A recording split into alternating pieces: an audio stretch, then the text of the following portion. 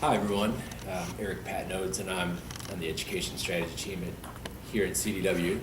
And I want to talk to you today about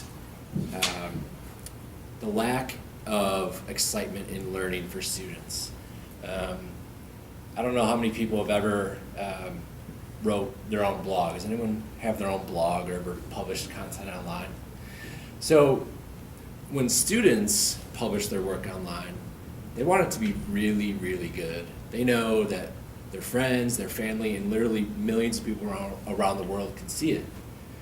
But when they turn their work into a teacher, they usually just want it to be good enough, right? That assignment lives and dies with that one teacher. It never goes beyond the teacher to get feedback, right? So what I want to do today is, I've been thinking about conversations we've had in the past, and your district is looking for ways to get kids more excited about coming to school every day. And I've found that the best way to do that is to incorporate an authentic audience into the classroom. And so a couple of ways, by the end of our session today, you're going to walk away with a better understanding of why we should incorporate authentic audience, and then some strategies to do that, okay? So an authentic audience does a couple of things. It increases students' motivation, engagement, and learning. It also removes any preconceived notions about students or stereotypes that kids have about other students in class. And finally, it allows the teachers to do more assessment for learning versus assessment of learning. We'll talk a little bit more about each one of those points in detail now. So the increased motivation and engagement is something that teachers are always striving for in the classroom. When you give students an authentic audience, what you'll see is that they love that feedback from their peers because kids their own age relate to them, right?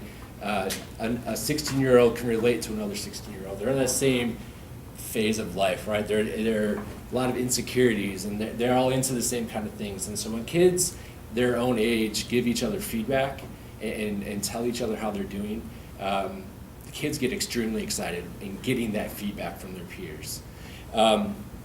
Another interesting point about authentic audience is that it removes any stereotypes. So I don't know if you guys remember when you were in school, but I guarantee there was a kid in your class who you knew like, oh, that's the smart kid, or that kid is the troublemaker.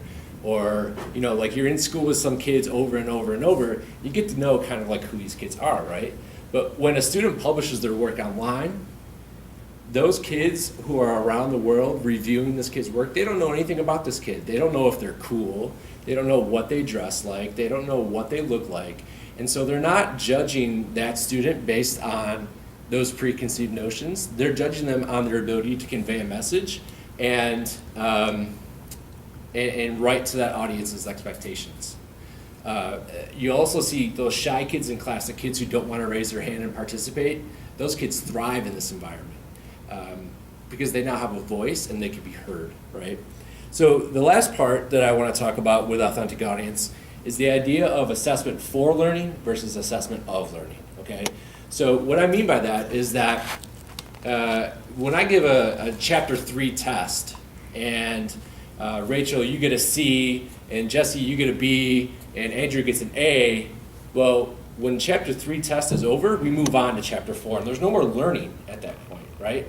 But when students are publishing their work online and teachers can give timely feedback, what it allows to happen is the student can submit work, the teacher can provide feedback, and then the student takes that feedback and improves upon the work that they've already done. So it's a constant loop of learning. The learning never really ends because that feedback allows the student to continue to improve upon the work that they've already done.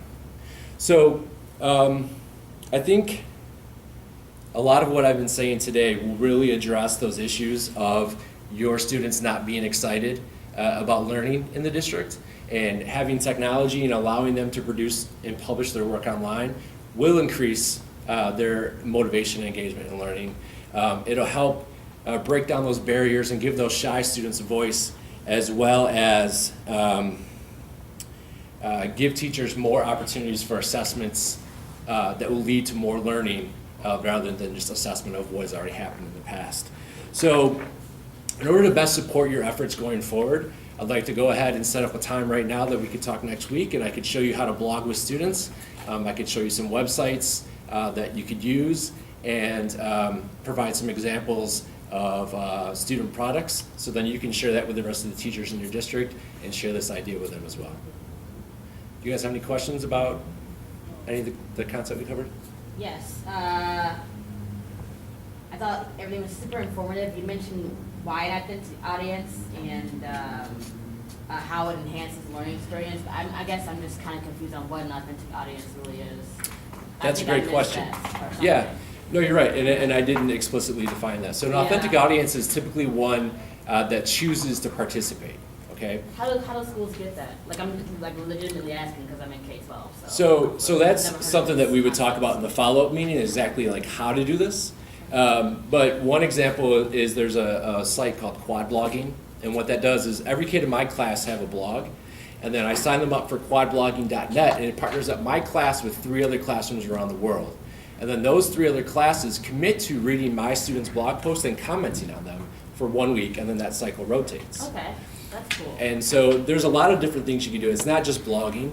It could be, video creation, podcasts, all those kinds of things. Well, it gives you a chance to interact with people from around the world that you normally wouldn't be able to do. So right. Well, and think about it like this too. Like, I'm in class. Let's say we're all in class every single day, and I give a PowerPoint presentation. I come back and sit down next to Rachel, and I'm like, "Hey, Rachel, how did I do in my presentation?" What's she gonna say? Even if it sucked. What is she going to say? Yeah, it's good. Oh, good job, yeah, right? Fine. But when you're getting feedback from people you don't know, they're going to be more honest, which is good. You can learn and improve upon the work that you're producing when you get honest, genuine feedback from people. Okay, good job.